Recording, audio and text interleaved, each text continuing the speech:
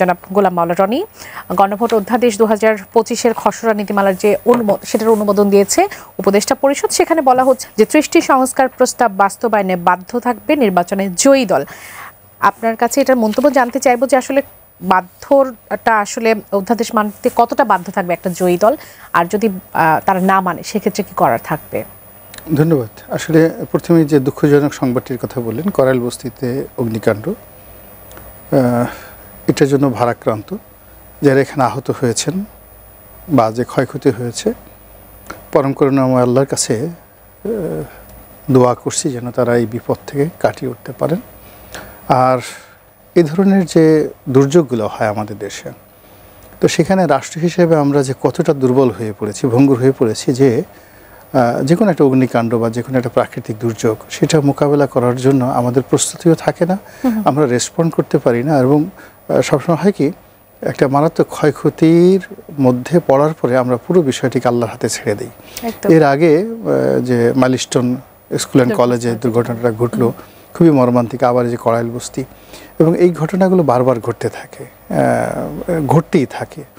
তো যার জন্য আমি মনে করি যে আমাদের যারা রাষ্ট্র পরিচালনা এখন করছেন এবং আগামীতে যারা করবেন, তাদের এই যে সাধারণ মানুষদের, এখানে প্রায় 5 লাখ লোকের বসবাস, তো সাধারণ মানুষের জীবন এবং জীবিকা এটা যেন নিশ্চিত থাকে। তারা তো তেমন কিছু চায় না, এবং এরা পুরো গুলশান বনানী ওই এলাকার যত অভিজাত লোক আছে তাদের জীবনের বলতে গেলে প্রাণ শক্তি। এই যে ফুটপাতের কাজকর্ম, তারপর শেষে বাসা বাড়িতে বুয়াগিরি করা থেকে শুরু করে সব কিছু, তো এই যে সমাজের কিন্তু একটা ব্যালেন্স রক্ষা করছে। তো আমরা অনেকে হয়তো দেখা গেল এর পেছনে অনেক সিন্ডিকেট কাজ করে, অনেক সময় সমস্ত বস্তি দখল করার জন্য অনেক মাফিয়া আছে, এদের জমি দখল করার জন্য মাফিয়া আছে, নানা রকম এখানে মাদক ব্যবসা থেকে শুরু করে অনেক কিছু হয়।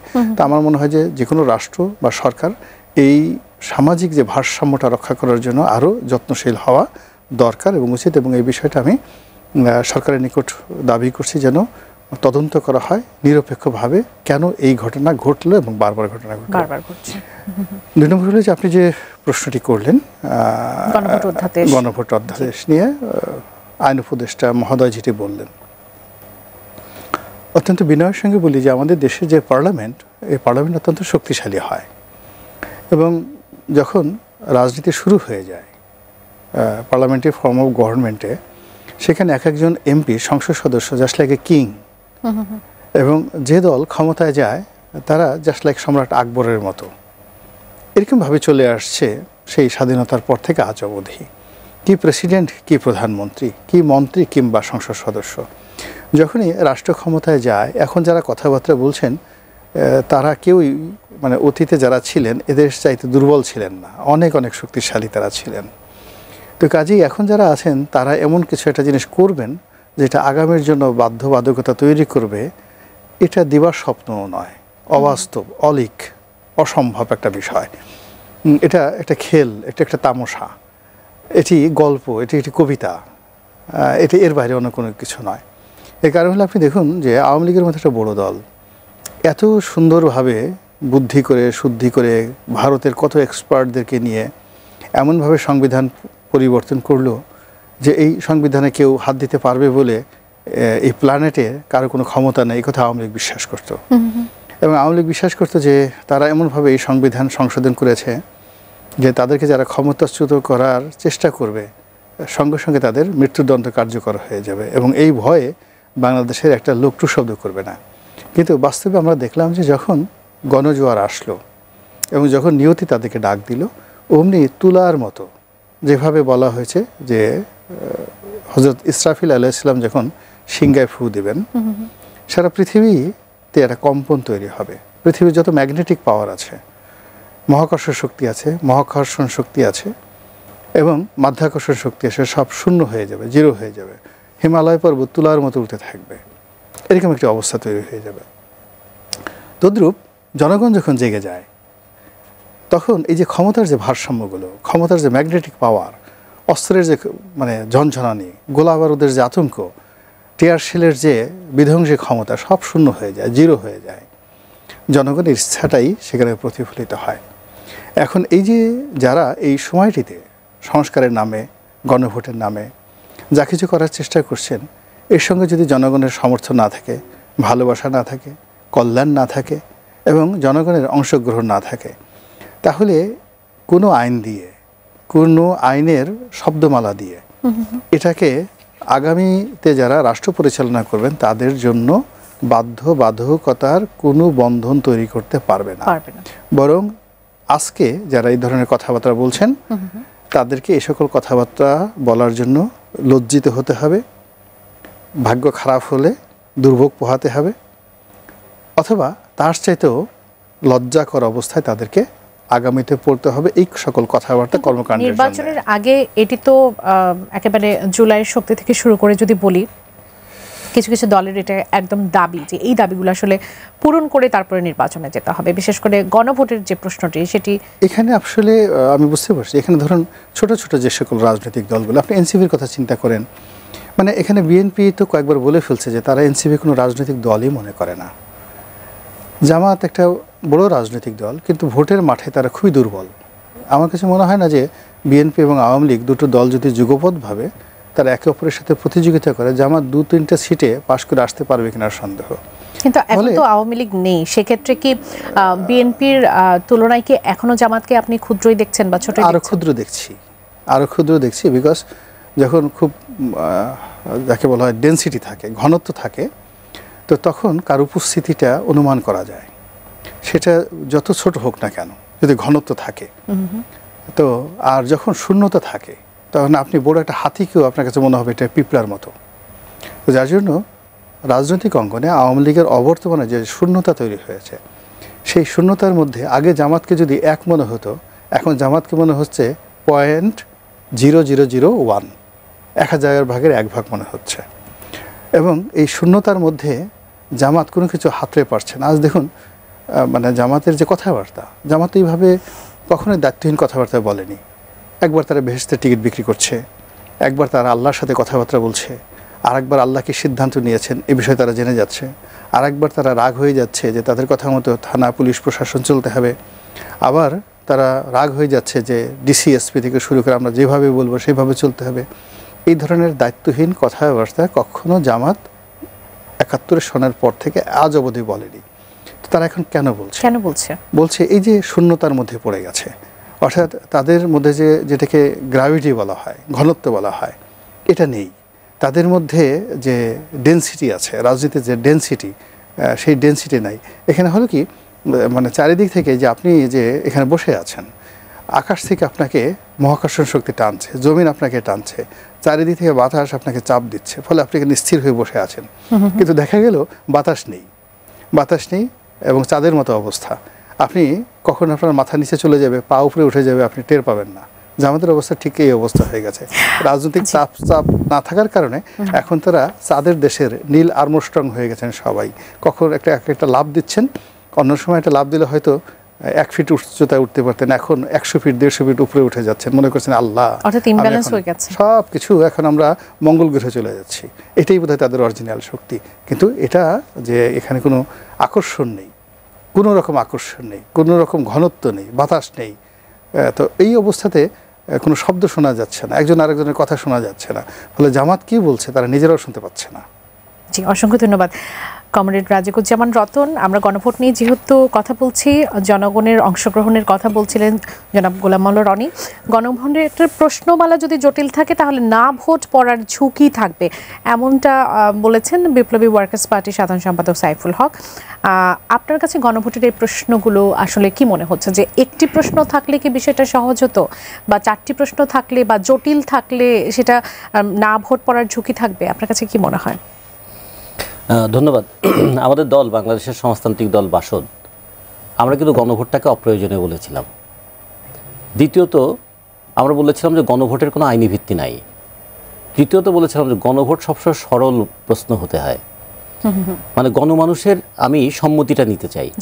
গণমানুষের সম্মতি দুইভাবে নেওয়া হয়, একটা হচ্ছে গণভোটের মাধ্যমে, আর একটা হচ্ছে পার্লামেন্টারি ইলেকশনের মাধ্যমে।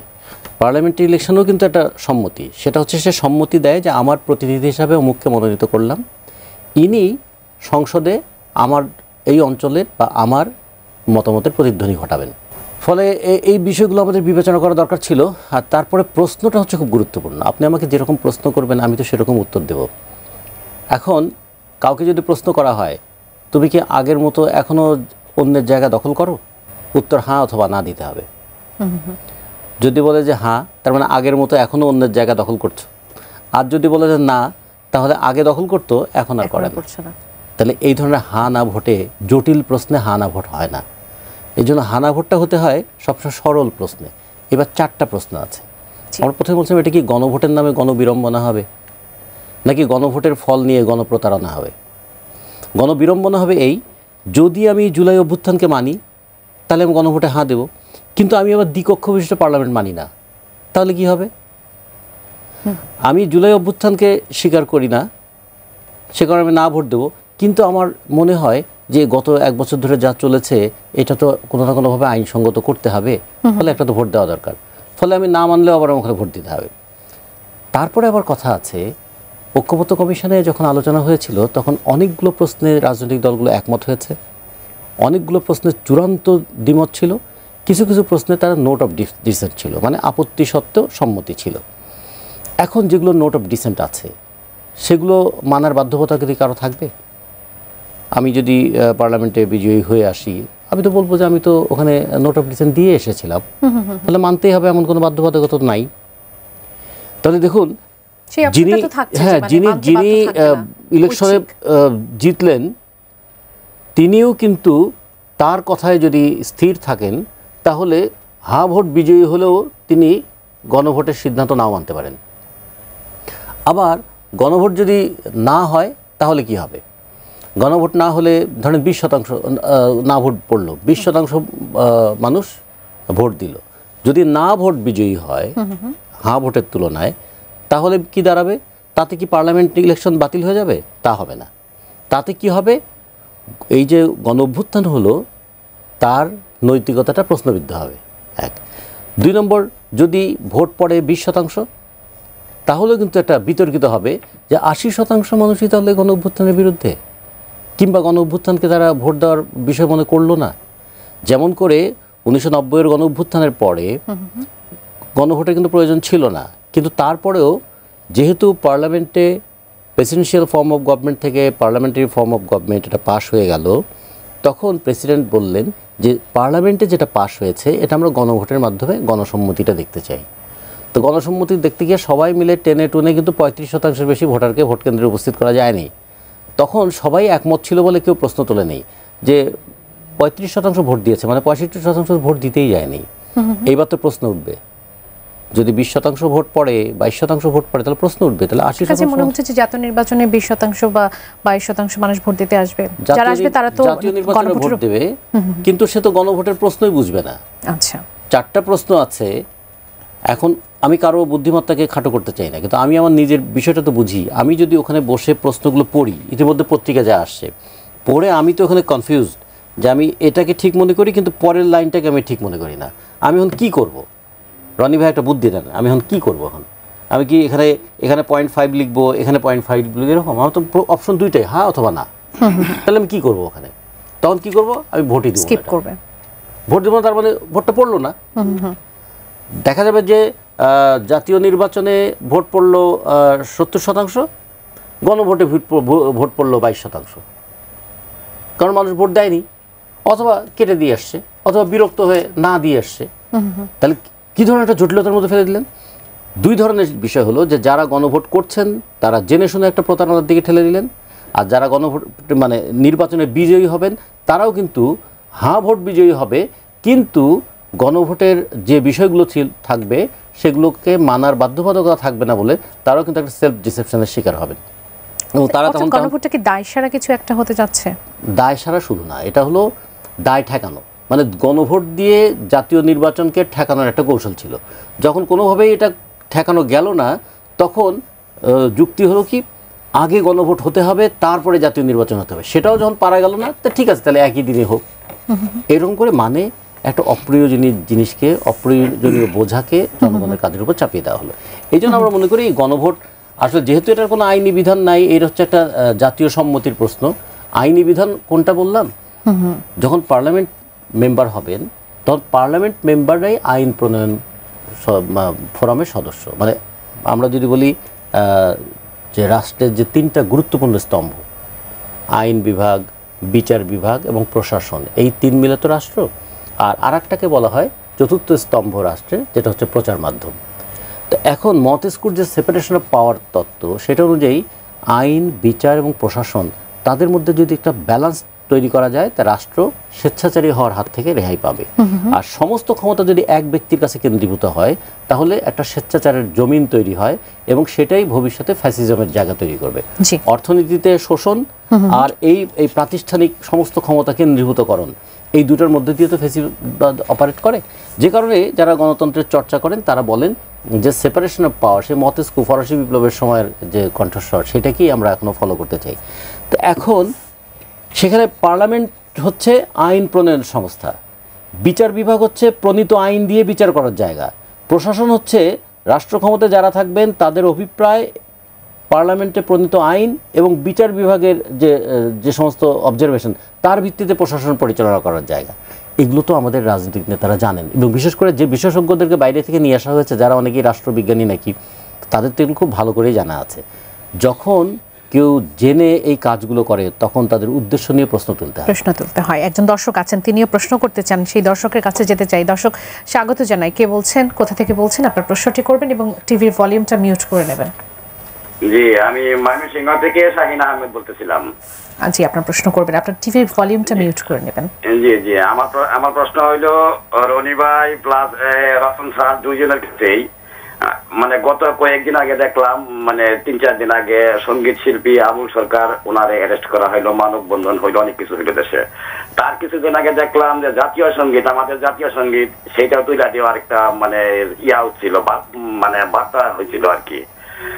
এখন আমাদের মনে প্রশ্ন জাগতেছে, যারা আমরা সাধারণ নাগরিক, যে আমাদের যে 52 সালে মানে এত রক্ত দিয়ে আমরা মাতৃভাষা পাইছি, এই অন্তর্বর্তী সরকার এই রাজাকারদের সাথে মিলামিশা কি এই বাংলা ভাষাটাও কি তুলে দেয় কিনা, মানে আমাদের এরকম সন্দেহ আছে।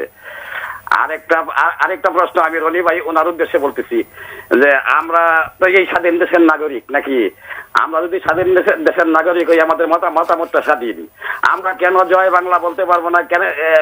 কেন আমরা মানে বঙ্গবন্ধুর আদেশে চলতে পারবো না? মানে এইটাই আমার প্রশ্ন আর কি। আপনাকে ধন্যবাদ, নিশ্চয়ই আপনার প্রশ্নের উত্তরটি নিব। আরো একজন দর্শক আছেন, তার কাছে যেতে চাই। স্বাগত জানাই। কে বলছেন, কোথা থেকে বলছেন? আপনার প্রশ্ন করবেন। আসসালামু আলাইকুম। ওয়ালাইকুম সালাম। আমার মনির বলবেন। আমার প্রশ্নটা হচ্ছে, আজকে কিছুক্ষণ আগে একটা গ্যাজেট পাস হয়েছে, সেখানে 30টা অধ্যাদেশ সম্বন্ধে বলা হয়েছে, এমন বলা হয়েছে কোনোটার আইনি কোনো ব্যবস্থা নিতে পারবে না। এটা কি জনগণ চাপা দেওয়া হলো না? এটা কিরকম সংস্কার হলো? এইদিকে হা না ভোট দিল, যদি না ভোট দেওয়া যুক্ত হয়ে যায় তখন কি হবে? তাহলে আবার আপনি এটার ভিতরে আইনি চ্যালেঞ্জও করতে পারবেন না। পুরো জিনিসগুলো একটা অনেকগুলো কার্টুন, বাচ্চা ছেলেরা যেমন কার্টুন দেখে না, জিনিসটা আসলে পুরো কার্টুনের মতো হয়ে গেল না, টম এন্ড জেরি টাইপের হয়ে গেল না। এটা এক সময় এক এক কথা বলেন। কালকে বললেন আইনমন্ত্রী, আমাদের আইন উপদেষ্টা বললেন যে এটা সংস্কার সংবিধান পরিবর্তনের জন্য না। আপনি 1 বছর ধরে শুনলাম যে সংস্কার সংবিধানে এটা চেঞ্জ হবে, ওইটা করতে হবে, আমার বলে যে সংস্কারের উপর উঠতে পারবে না। তাহলে এই যে 24শে আগস্টের পর এই পর্যন্ত কি পরিবর্তন হয়েছে বাংলাদেশে? শুধু একটা পরিবর্তন হয়েছে, একটা সরকার গেছে, আর সবই ঠিক আছে। যদি সমৃদ্ধ আলোচনা করে কোন উত্তর দেওয়া যায় খুশি হব। ময়মনসিংহ থেকে একজন দর্শক, তিনি প্রশ্ন করেছেন সম্প্রতি মানিকগঞ্জে ঘটে যাওয়া একটি ঘটনা নিয়ে, বাউল শিল্পী ও ভক্ত অনুরাগীদের উপর যে হামলা, হুমকি যেটি দেওয়া হয়েছে, সেটা নিয়ে তিনি প্রশ্ন করেছেন যে এদেশে কেন আসলে এ ধরনের ঘটনা ঘটবে। সেই সাথে তিনি স্বাধীন দেশের নাগরিক হিসেবে জানতে চেয়েছেন কেন তিনি জয় বাংলা স্লোগান দিতে পারবেন না, বঙ্গবন্ধুর বাংলাদেশ কেন বলতে পারবেন না। রনি ভাই, আপনার কাছ থেকে একটু প্রশ্ন উত্তরটি নেই। আগে জয় বাংলা এবং বঙ্গবন্ধুর কথা বলি। এটা আসলে বলা যাবে, এটা বন্ধ করতে কেউ পারবে না। সাময়িকভাবে কিছু বাধা তৈরি হচ্ছে, এটা থাকবে না। এর কারণ হলো যে বাংলাদেশের ইতিহাস, কৃষ্টি এবং কালচারের সঙ্গে কোনো রাজনীতি নয়। বঙ্গবন্ধু এবং জয় বাংলা যে স্লোগান এবং মুক্তিযুদ্ধ, এগুলো যে একটা অন্যটার সঙ্গে এমনভাবে জড়িত, আপনি যখনই বাংলা ভাষায় কথা বলবেন, যখনই আপনার পতাকার কথা স্মরণ করবেন, যখন এদেশের ফসলের মাঠ থেকে শুরু করে এদেশের বৃক্ষলতা, হর্মরাজি আপনার চিন্তা জগৎকে আলোড়িত করবে, তখন আপনার অজান্তেই এই জয় বাংলা, মুক্তিযুদ্ধ, বঙ্গবন্ধুর প্রতিচ্ছবি আপনার কাছে চলে আসবে। পৃথিবীর কোনো শক্তি নাই, ভূখণ্ড গাঙ্গেয় বদ্বীপ যতদিন থাকবে ততদিন এই জিনিসগুলো অটোমেটিক স্বয়ংক্রিয়ভাবে চলতে থাকবে। আর সবসময় হয় কি, যে কোনো স্রোত, তারপরে শেষে যে কোনো যে বায়ু চলাচল, এখানে অনেক সময় ক্ষণিকতার বাধা আসে, কিন্তু সেই বাধা টিকে না। এ গেল ওনার সেই একটি প্রশ্নের জবাব। দ্বিতীয় প্রশ্নটা হলো যে বাবুল সরকারের সঙ্গে যা কিছু হয়েছে এখানে উভয়টাই আসলে অজ্ঞতাপ্রসূত। আমাদের এই যে যারা কবি গান করে, জারি সারি বিচার গান করে, এরা আসলে স্বভাবজাত কবি। আমাদের দেশে যেমন পদ্মকে মিলিয়ে একটার সঙ্গে একটার কথাবার্তা বলে গল্প তৈরি করা, মানুষকে আকর্ষণ করা, এবং অডিয়েন্সের লেভেল, তারা যাদেরকে উদ্দেশ্য করে মানে এই গান করে, কবিতা রচনা করে, তারপর গীতিনাট্য করে, তো ওখানে তাদের উদ্দেশ্য থাকে যেন তাদের দর্শকরা এন্টারটেন হয়। এবং দর্শকদের এন্টারটেন করার জন্য আপনি একটা সময় চিন্তা করেন, গ্ল্যাডিয়েটররা একে অপরকে মেরে ফেলতো দর্শকদের এন্টারটেন করার জন্য। তো ওখানে পুরো জিনিসটাই হলো এটা একটা বিনোদন জগৎ, এখানে কোনো সিরিয়াস কোনো বিষয় নয়। এখন আমরা পুতুল নাচ দেখি, আমরা একটা কার্টুন দেখি, তো বুড়ো বুড়ো মানুষ কিন্তু একটা টম অ্যান্ড জেরির যে মানে খেলাধুলা, এটা দেখে সে খিলখিল করে হাসছে। হয়তো জীবনে সে সচিব ছিলেন, মন্ত্রী ছিলেন, বয়স 80 বছর হয়ে গেছে, সে নাতনির সাথে বসে বসে টম অ্যান্ড জেরি দেখছেন।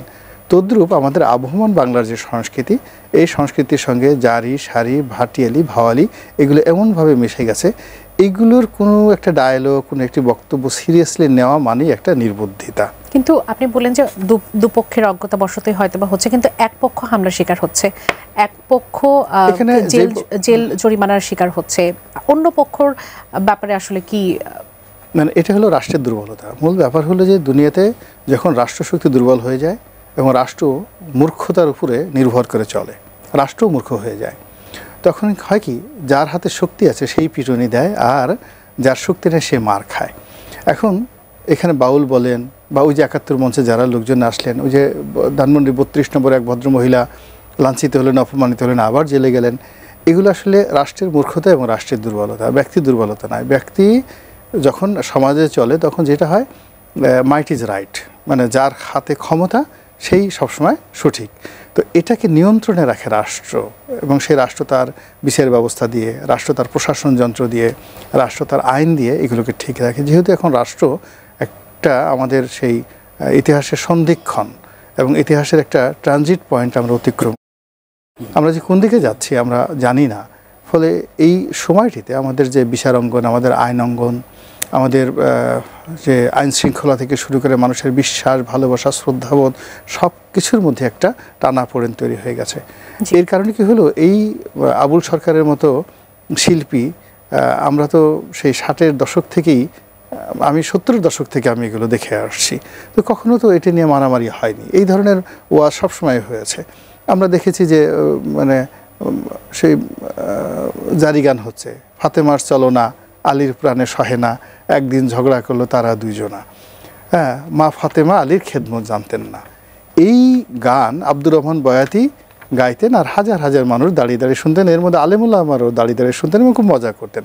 এখন যদি আব্দুর রহমান বয়াতি এই গান গাইতেন, তখন বলতেন এত বড় সাহস, আল্লাহর রাসূলের জামাতা মানে এবং তার মেয়ে মা ফাতেমা, সে স্বামীর খেদমত জানে না, তোর এত বড় সাহস, তোর 32টা দাঁত আমি এখন টেনে টেনে ছিঁড়ে ফেলবো, তোকে পাড়ায় মেরে ফেলবো। প্রতিশ্রুতির সময় তো আবার তখন তারা তো আবার এই যে যারা ধর্মীয় অনুভূতিতে যাদের আঘাত লাগছে, রাজনৈতিক প্রতিশ্রুতির সময় যখন ধর্মকে নিয়ে কথা বলা হয়, যখন সৃষ্টিকর্তাকে নিয়ে কথা বলা হয়, সেটি কেন তাদের আঘাত করছে না?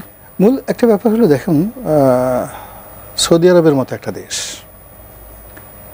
যেখানে ধর্ম মানে যাকে বলা হয় ধর্ম নিয়ে এই ধরনের ঘটনা সৌদি আরবে কয়টা ঘটছে, ইরানে কয়টা ঘটছে, এই ব্লাসফেমি, অথবা পৃথিবীর সভ্যতম দেশ যাদেরকে আমরা মনে করি যেখানে লিবারেল ডেমোক্রেসি রয়েছে, সেখানে কয়টা ঘটনা ঘটছে। এমনকি মুহাম্মদ রাসূলুল্লাহ সাল্লাল্লাহু আলাইহি ওয়াসাল্লাম যতদিন উনি জীবিত ছিলেন, মদিনা রাষ্ট্রের অধিকর্তা ছিলেন, ওনার সাহাবায়ে কেরাম ছিলেন, তো তার সঙ্গে সঙ্গে উমাইয়ারা 90 বছর শাসন করেছেন, আব্বাসীয়রা 450 বছর শাসন করেছেন।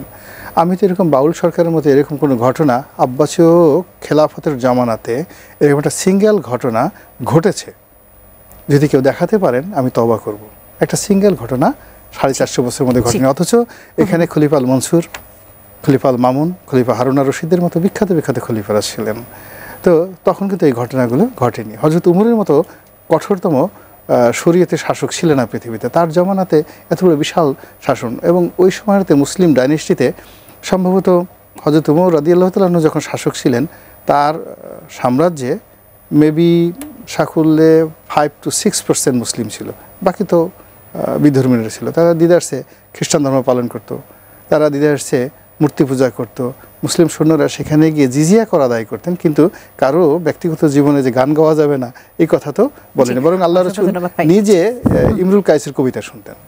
এখন ইমরুল কায়েসের কবিতা আপনি এখন পড়ে দেখেন, আপনি ইমরুল কায়েসের কবিতাতে যে সেক্স রয়েছে, যে আধুনিকতা রয়েছে, সে আজ থেকে মানে ওই সময়টাতে আল্লাহ রাসূলের জামানাতে আল্লাহ রাসূল ইমরুল কায়েসের কবিতার একজন ভক্ত ছিলেন।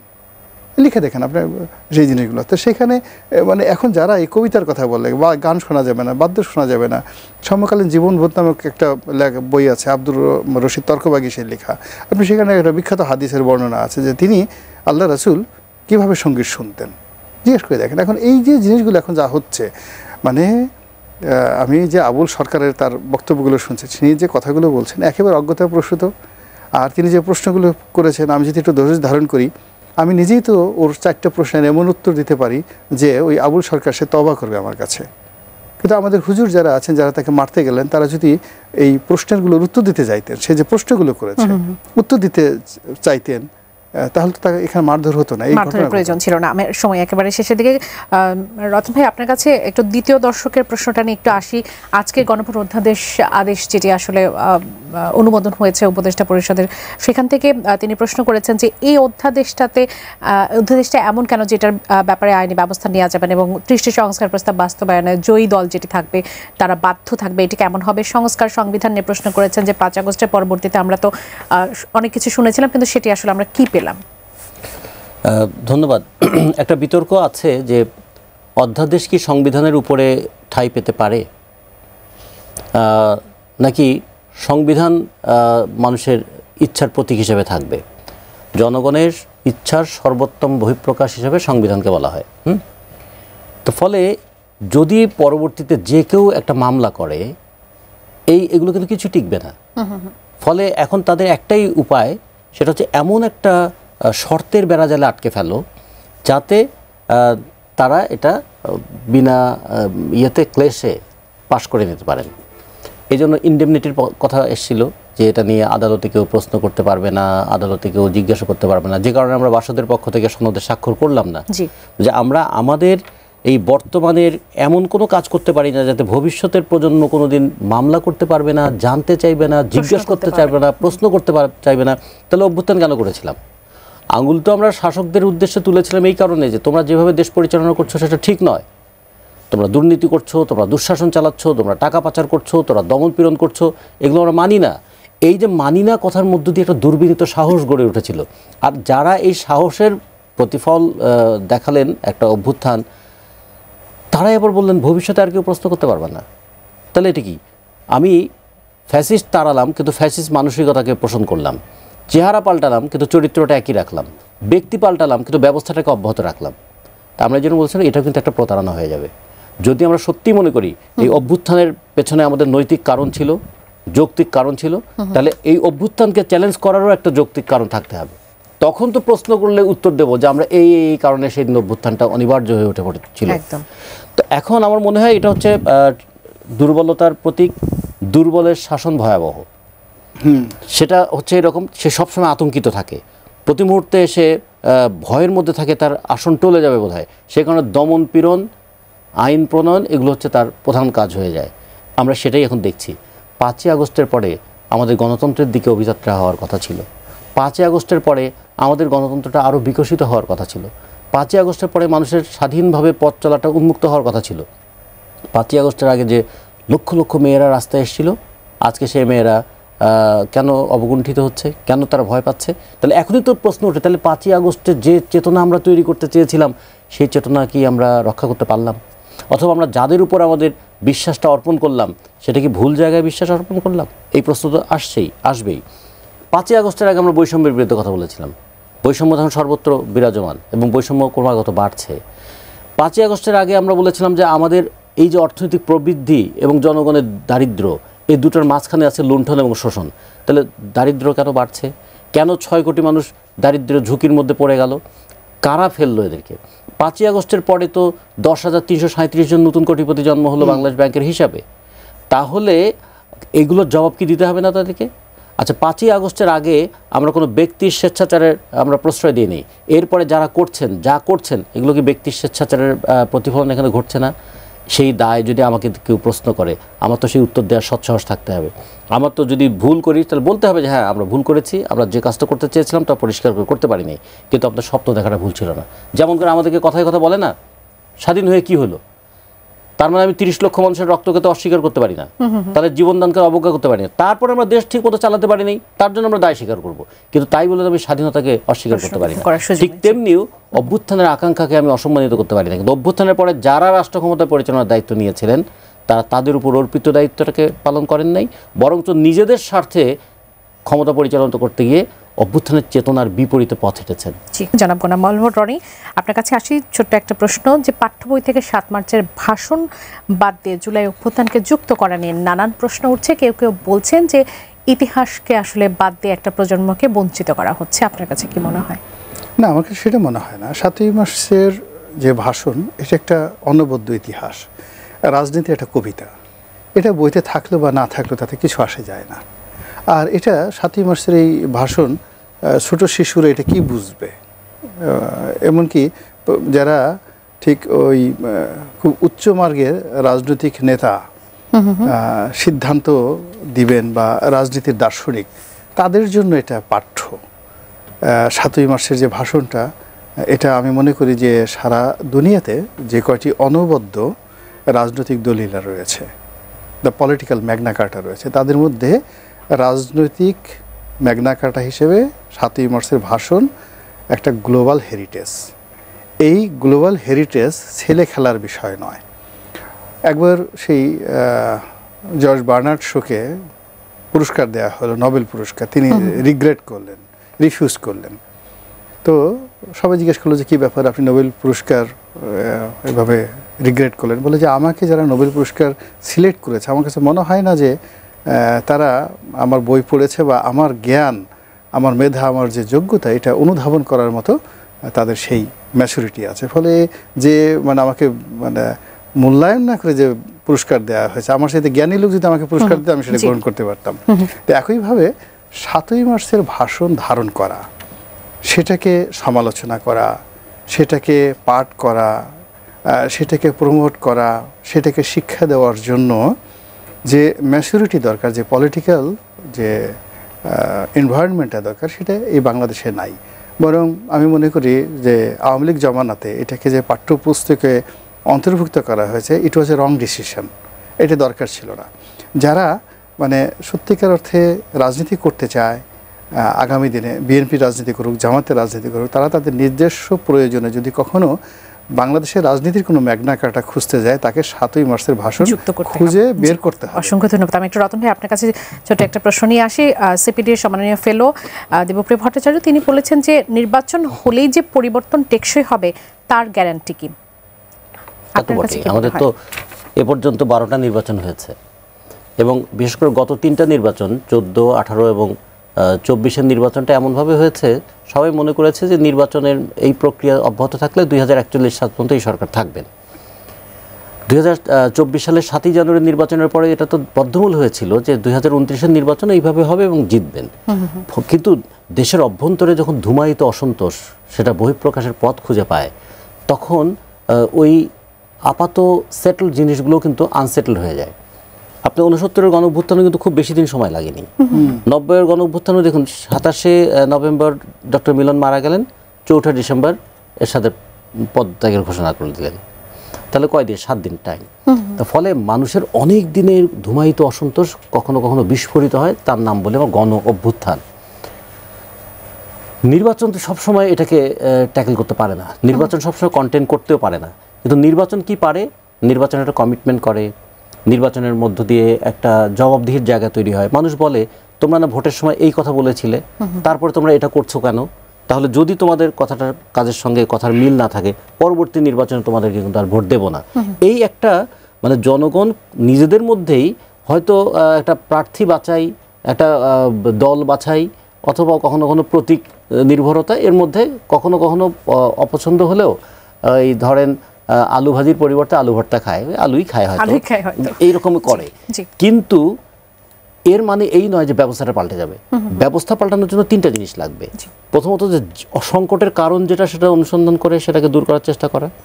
দুই, একটা জনসচেতনতা থাকা, যাতে জনগণ একটা সেফ গার্ডের মতো থাকে, যে ক্ষমতায় যেই থাকুক তার কোনো কাজ আনচ্যালেঞ্জ হবে না, প্রত্যেকটার পিছনে জনগণ দাঁড়াবে। তৃতীয়ত, জনমত সেটা প্রয়োগ করার মতো একটা সুষ্ঠু অবাধ গ্রহণযোগ্য নির্বাচনের পরিবেশ থাকা। এই তিনটা থাকলে তখন কয় কি, শাসক গোষ্ঠীও চিন্তা করবে যে আমি যা খুশি তা করতে পারি না, কারণ আমাকে জবাবদিহি করতে হবে। আর জনগণও মনে করে তোমরা যা খুশি তা করে পার পাবে না, কারণ তোমার আবার আমার কাছে আসতে হবে। এই টু ওয়ে চ্যানেলটা অব্যাহত রাখলেই এটা গ্যারান্টি।